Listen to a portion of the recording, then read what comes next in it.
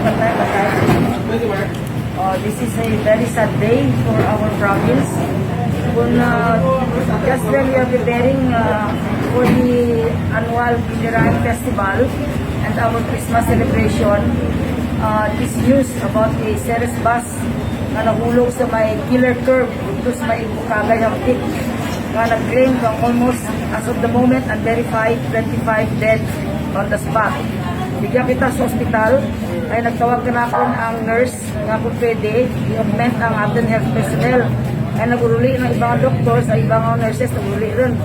So I called Dr. Perez and Nurse Sherwin to call back our health personnel para mag-set up kita ang triage. So there are two emergency sites here. The emergency room, which is very full, and we added more tables, and the triage.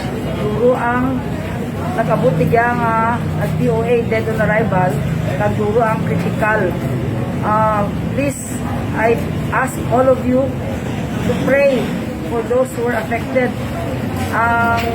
Hindi ko ma-quantify ang kudag kakalawa sa kita ko ang mga pasyente. May foreigner pa nga taliwan ito, darok bilog sa site. Kaya may nakita ako nga foreigner maligyan na resuscitate. We cannot do anything. We are here to care. Vice Governor is here and the doctors are already here. And we have set up an additional ER, which is we call the triage. Sa atin mga kasimanwa, all we need from you is prayers for our beloved Antiqueños. Halos tanan to mga taga-Antique, mga nakuli halin sa Iloilo, pagtos Antique. Iba ka to, nag-prowl up na mga papeles. Iba ka to mga teachers na nag-obra sa Malindero, mga uli lang raad sa Antique. Ang iba ka to mga businessman. Marayo ang natabo. That area there is a called killer curve, wara itself side pa. So kadya, dulong utos dalong. May 12 na missing nga nasakap nanda.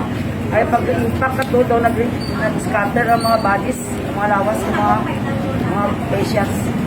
So, hindi lang natin do not make the issue very violent and very horrific. Let us respect the dead Kasimanwas. And for those who are affected, all we need from you are your prayers. That's it. Thank you, Go.